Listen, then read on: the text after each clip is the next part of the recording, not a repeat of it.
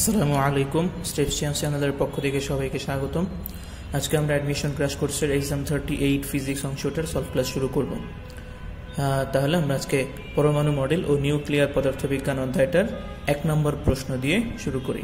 দেখেন, প্রথম প্রশ্ন কি বলেছে, হাইড্রোজেন পরমাণুর দ্বিতীয় বোর কক্ষপথের ব্যাসার্ধ আর হলে তৃতীয় কক্ষপথের ব্যাসার্ধ কত হবে? আচ্ছা, তাহলে দেখেন,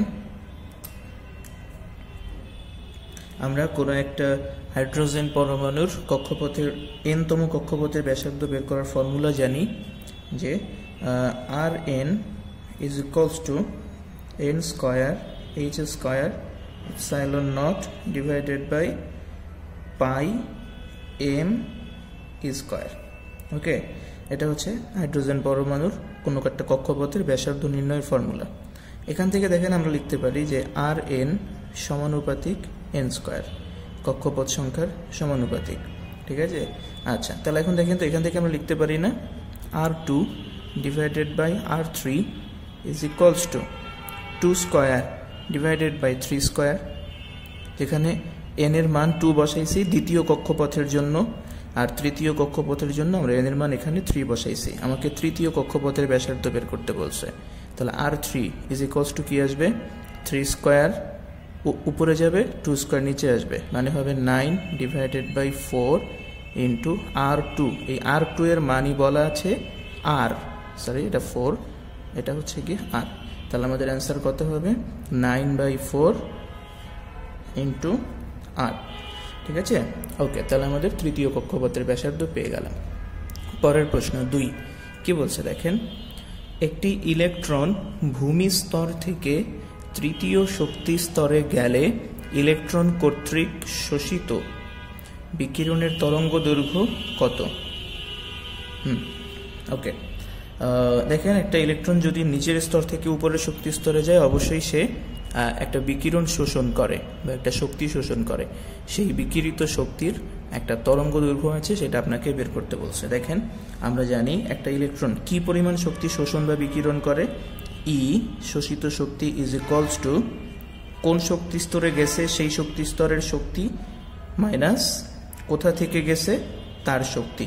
দেখেন, এখানে বলছে ভূমি স্তর থেকে তৃতীয় শক্তি স্তরে গেলে, ভূমি স্তর মানে হচ্ছে গিয়ে প্রথম কক্ষপথ, আর তৃতীয় শক্তি স্তরের জন্য E3। ওকে, আর এখানে ই মানে হচ্ছে গিয়ে শোষিত শক্তি।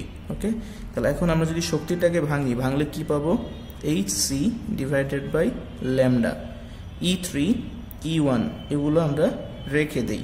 হ্যাঁ, আচ্ছা, E3 মাইনাস E1। এখন দেখেন, ভূমি স্তরে শক্তির মান কত বলা আছে? ই। তৃতীয় কক্ষপথে শক্তি বলে দেন, আমাকে এখান থেকে ল্যামডা বের করতে বলছে। তাহলে এখান থেকে ল্যামডা ইজ ইকুয়ালস টু কি আসবে? HC divided by E3 minus E1। এখন দেখেন তো, আমি যদি ভূমি স্তরের শক্তির মান জানি, মানে প্রথম কক্ষপথের শক্তির মান জানি, তাহলে তৃতীয় কক্ষপথের শক্তি কিভাবে বের করব? দেখেন, আপনাকে যেই কক্ষপথের শক্তি বের করতে বলবে, মনে করেন এনতম কক্ষপথের শক্তি বের করতে বলছে, যেটা করবেন প্রথম কক্ষপথের যে শক্তি আছে ওইটাকে এন স্কয়ার দিয়ে ভাগ করে দিবেন, কারণ কক্ষপথের শক্তি হচ্ছে কক্ষপথ সংখ্যার বর্গের ব্যস্তানুপাতিক। ঠিক আছে, ওকে, তাহলে এখানে দেখেন, আমি যদি E3 এটার ফর্মুলা লিখতে চাই বা এটার মান লিখতে চাই, তাহলে আমি কি করব? এই E3 কে E3 বের করার জন্য E1 কে আমি তৃতীয় কক্ষপথের শক্তি, তাই 3 স্কয়ার দিয়ে ভাগ করব, মানে 9 দিয়ে ভাগ করলাম, মাইনাস E1, আর উপরে আছে HC। ওকে, তাহলে এখানে ক্যালকুলেট করেন, এখানে আছে কত? 9। এই 9টা লসাগু হলে এখান থেকে বিয়োগ করলে আসবে মাইনাস 8/9, 9টা উপরে চলে যাবে, তাহলে হবে minus 9/8 HC divided by E। E1 মানে হইল গিয়ে প্রথম কক্ষপথের শক্তি, আর সেটার মান বলা আছে E। তাহলে ঠিক আছে, তাহলে দেখেন আমরা সেটাই লিখলাম, minus 9/8 HC divided by E। এটা আমাদের কত নম্বর অপশনে আছে? দেখেন, প্রথম অপশনে আছে। তাহলে আমাদের অ্যান্সার হবে গিয়ে ক। ওকে, আচ্ছা, পরের প্রশ্ন 3 নম্বর কি বলছে? X একটা মৌলের কথা বলছে যেখানে আধান আছে 3+, এবং এখানে দেখেন পারমাণবিক সংখ্যা দেওয়া আছে 26, উপরে ভর সংখ্যা দেওয়া আছে 58। জিজ্ঞেস করছে এই মৌলে মোট কতটি নিউট্রন রয়েছে। আচ্ছা, নিউট্রন যেন কেমনে বের করে, উপরে যে সংখ্যাটা আছে এটা হচ্ছে গিয়ে এ, তাই তো, মানে ভর সংখ্যা, এটা থেকে পারমাণবিক সংখ্যা বিয়োগ করে দিলে, মানে নিচের যে সংখ্যাটা আছে এটা বিয়োগ করে দিলে আমরা নিউট্রন সংখ্যা পাবো। এ কত, এ হচ্ছে এখানে 58 আর জেড হচ্ছে গিয়ে 26, বিয়োগ করেন, বিয়োগ ফল আসবে 32। ওকে, এই আধান এটার উপরে কোনো ইফেক্ট ফেলবে না, নিউট্রন সংখ্যা সেম থাকবে 32, তাহলে অ্যান্সার হবে গিয়ে খ। ওকে, শেষ। 4 নম্বর প্রশ্ন, এক্স এবং ওয়াই দুইটা মৌলের কথা বলছে যেখানে এক্স এর ভর সংখ্যা পি, ওয়াই এর ভর সংখ্যা পি, আর এটার পারমাণবিক সংখ্যা এম, এটার পারমাণবিক সংখ্যা এন। দেখেন দুইটা মৌল, দুইটার পারমাণবিক সংখ্যা ভিন্ন কিন্তু তাদের ভর সংখ্যা সমান বলে দিছে, তাহলে তারা পরস্পরের কি, আইসোটোপ না আইসোবার না আইসোটোন না কি? তাহলে দেখেন আমরা জানি যদি ভর সংখ্যা সেম হয় তাহলে তারা পরস্পর আইসোবার হয়, তাহলে এটা হবে ক। ঠিক আছে। 5 নম্বর প্রশ্ন কি বলছে, ভেদন ক্ষমতার সঠিক ক্রম নিচের কোনটি? আমরা জানি তিনটা রশ্মি বা কণার মধ্যে গামার ভেদন ক্ষমতা সবচেয়ে বেশি, তারপরে বিটার ভেদন ক্ষমতা মিডিয়াম, আলফার ভেদন ক্ষমতা সবচেয়ে কম। তাহলে সিকোয়েন্সটা হবে এরকম, গামা সবচেয়ে বেশি, বিটা তার থেকে কম, আলফা সবচেয়ে কম। তাহলে আমাদের অ্যান্সার হবে কোনটা? অ্যান্সার হবে গিয়ে গ, alpha less than beta less than gamma, gamma সবচেয়ে বেশি। ঠিক আছে, এটা মুখস্থ। আচ্ছা, তাহলে আমরা এখন পরের প্রশ্নে চলে যাই। 6 নম্বর প্রশ্ন কি বলছে দেখেন, কোন তেজস্ক্রিয় মৌলের অর্ধায়ু ও গড় আয়ুর অনুপাত কোনটি? আচ্ছা, কোন একটা তেজস্ক্রিয় মৌলের অর্ধায়ু আর গড় আয়ুর একটা সম্পর্ক আমরা জানি যে গড় আয়ু tau is equals two T half, মানে অর্ধায়ু, ডিভাইডেড বাই লন 2, তাই না? এটা আমরা জানি। আমাকে এখান থেকে কি বলছে, মৌলটার অর্ধায়ু এবং গড় আয়ু অনুপাত বের করতে। তার মানে এখান থেকে আমি কি করব, এই গড় আয়ুটাকে অর্ধায়ুর নিচে পার করে দেব। তাহলে আমাদের এখান থেকে কি আসবে, অর্ধায়ু ডিভাইডেড বাই গড় আয়ু ইজ ইকুয়ালস টু আসবে লন 2। তাহলে আমাদের অ্যান্সার হবে গিয়ে ক। এই সংখ্যাটার মান হচ্ছে গিয়ে 0.693। ঠিক আছে। ওকে, যদি এখানে অপশনগুলোতে এভাবে পয়েন্ট আকারে সংখ্যাটা দেওয়া থাকতো তাহলে আমরা ওইটা দাগাইতাম। ওকে, আচ্ছা, পরের প্রশ্ন 7 নম্বর কি বলছে দেখেন, ধীরগতি সম্পন্ন নিউট্রন দ্বারা একটি ইউরেনিয়াম নিউক্লিয়াসের ফিশন বিক্রিয়ায় নির্গত শক্তির পরিমাণ কত? আচ্ছা, এটা মুখস্থ একটা বিক্রিয়া, মানে ইউরেনিয়ামের একটা নিউক্লিয়াসকে যদি আমি নিউট্রন দ্বারা আঘাত করি, হ্যাঁ, তাহলে সেখানে একটা নিউক্লিয়ার ফিশন বিক্রিয়া হয়, সেই বিক্রিয়া থেকে 200 মেগা ইলেকট্রন ভোল্ট শক্তি নির্গত হয়। একটা বিক্রিয়া থেকে 200 মেগা ইলেকট্রন ভোল্ট, এটা মুখস্থ। ওকে, 8 নম্বর প্রশ্ন কি বলছে, কুরি এবং বেকেরেলের মধ্যে সম্পর্ক নিচের কোনটি?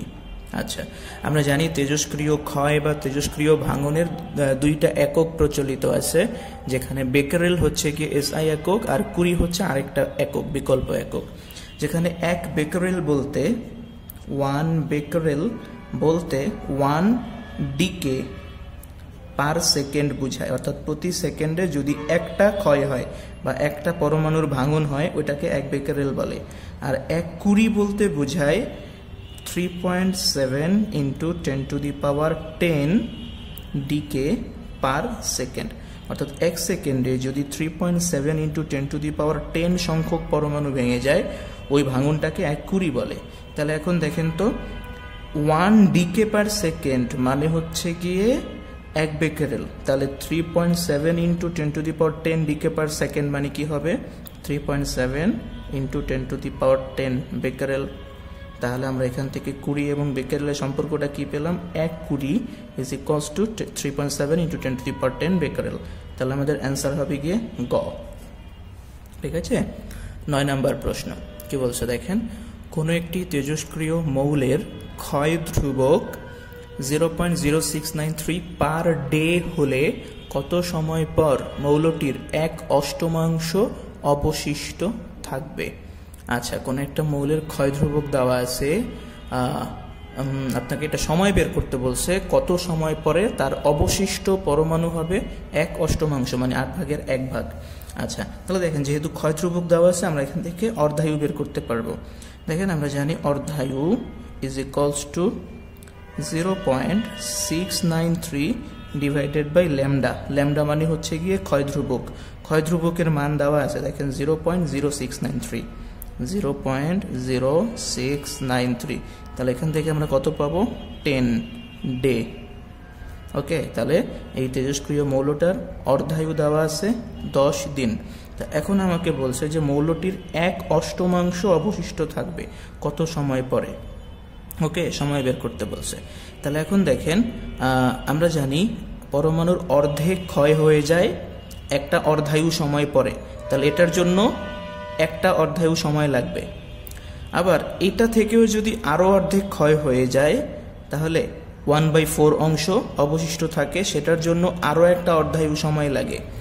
আবার এখান থেকে যদি আরও অর্ধেক ক্ষয় হয়ে যায় তাহলে 1/8 অংশ অবশিষ্ট থাকে, এটার জন্য আরও একটা অর্ধায়ু সমান সময় লাগে। তাহলে দেখেন তো কোনো একটা পরমাণুর বা মৌলের 1/8 অবশিষ্ট থাকার জন্য টোটাল কতটুকু সময় পার হয়, 3টা অর্ধায়ু সমান সময় পার হয়। তাহলে আমাদের এখানে সময়টা হবে গিয়ে 3t½ আর t½ মান এখানে আমরা কত পাইছি 10, তাহলে হবে 3 × 10 মানে 30 দিন। তাহলে আমাদের অ্যান্সার হবে 30d মানে 30 ডে। ওকে, আপনি চাইলে এই জিনিসটা ফর্মুলা দিয়েও বের করতে পারেন, যেমন টি বের করার একটা ফর্মুলা আছে, t = -1/λ ln n divided by n0। এখানে ল্যামডার মান এটা বসাবেন আর n এর মান হচ্ছে গিয়ে n0/8, n0 কাটা যাবে, ln 1/8 আসবে, মাইনাস হিসাব নিকাশ করে আপনি এখান থেকে টি এর মানটা পেয়ে যাবেন 30 ডে। ওকে, আচ্ছা, তাহলে পরের প্রশ্ন 10 নম্বর কি বলছে, সৌরশক্তি কোন পদ্ধতিতে তৈরি হয়? অ্যান্সার ক, সৌরশক্তি বলতে সূর্যের মধ্যে যে শক্তি উৎপন্ন হয় সেটা হচ্ছে নিউক্লিয়ার ফিউশন বিক্রিয়ার মাধ্যমে তৈরি হয়। যেমন একটা উদাহরণ দেখেন, হাইড্রোজেন এবং হাইড্রোজেন, দুইটা হাইড্রোজেন পরমাণু মিলে একটা হিলিয়াম তৈরি করে। এখানে এই হাইড্রোজেনের ভর যদি আমি যোগ করি তাহলে এই হিলিয়ামের ভরের সমান হওয়ার কথা, কিন্তু সমান হয় না, খানিকটা কম হয়। এই দুইটার মিলিত ভর থেকে এটার ভর সামান্য কম হয়, তার মানে ভরের কিছু এখানে ত্রুটি ঘটে, মানে ভর কিছুটা অদৃশ্য হয়ে যায়। এই ভরটা অ্যাকচুয়ালি কোথায় যায়? এই ভরটাই হচ্ছে আপনার এখানে সৌরশক্তিতে পরিণত হয়। তাহলে এইভাবে করে এই হাইড্রোজেন মিলিত হয়ে যেহেতু হিলিয়াম তৈরি করতেছে, তাহলে এই বিক্রিয়াটাকে আমরা বলি নিউক্লিয়ার ফিউশন বিক্রিয়া। ফিউশন মানে হচ্ছে মিলে যাওয়া বা একত্র হওয়া। তাহলে সৌরশক্তি কোন পদ্ধতিতে তৈরি হয়? নিউক্লিয়ার ফিউশন পদ্ধতিতে। ওকে, তাহলে আমরা পরের প্রশ্নে চলে যাই।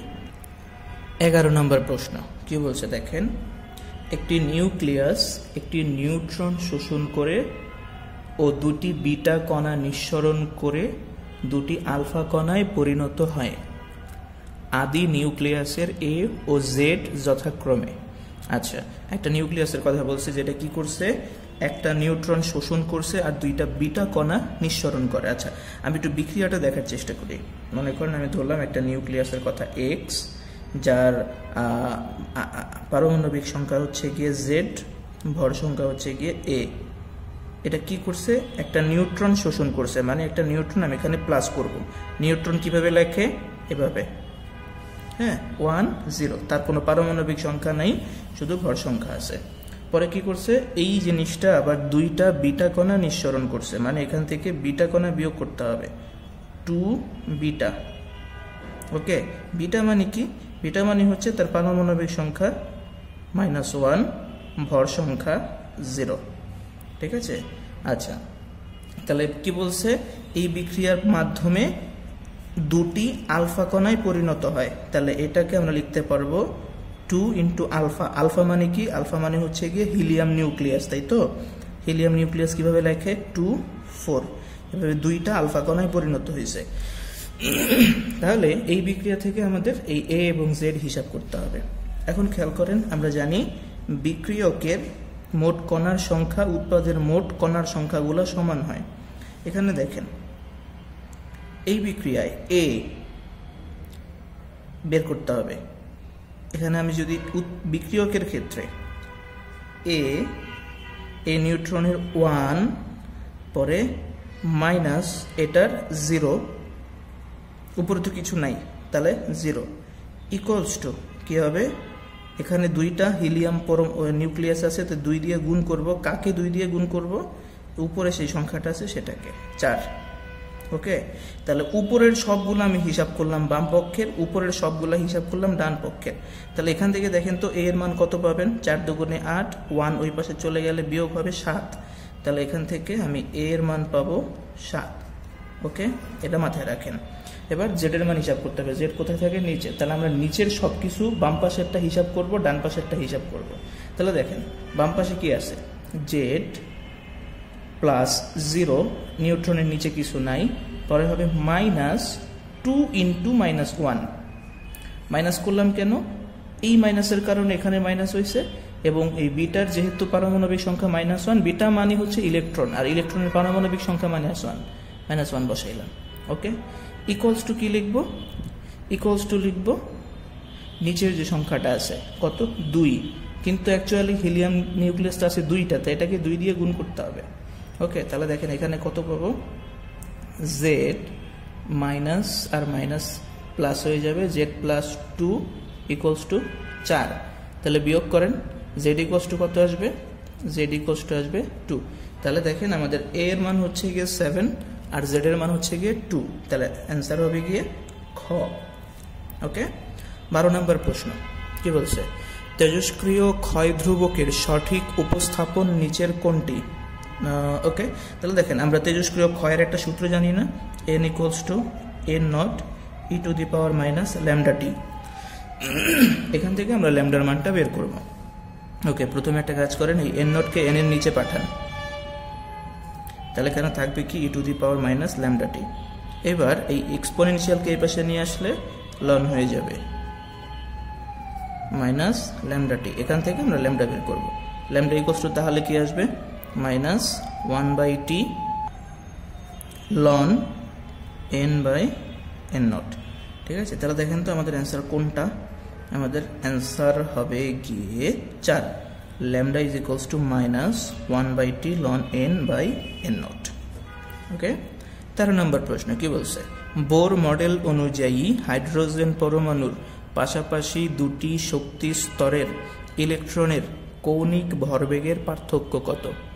আচ্ছা, আমরা কোনো একটা কক্ষপথে কৌণিক ভরবেগ বের করার ফর্মুলা কি জানি, যে n-তম কক্ষপথে কৌণিক ভরবেগ বের করার ফর্মুলা হচ্ছে nh/2π, যেখানে n মানে হচ্ছে কততম কক্ষপথ সেটা, আর h/2π এটা হচ্ছে কি একটা ধ্রুবক।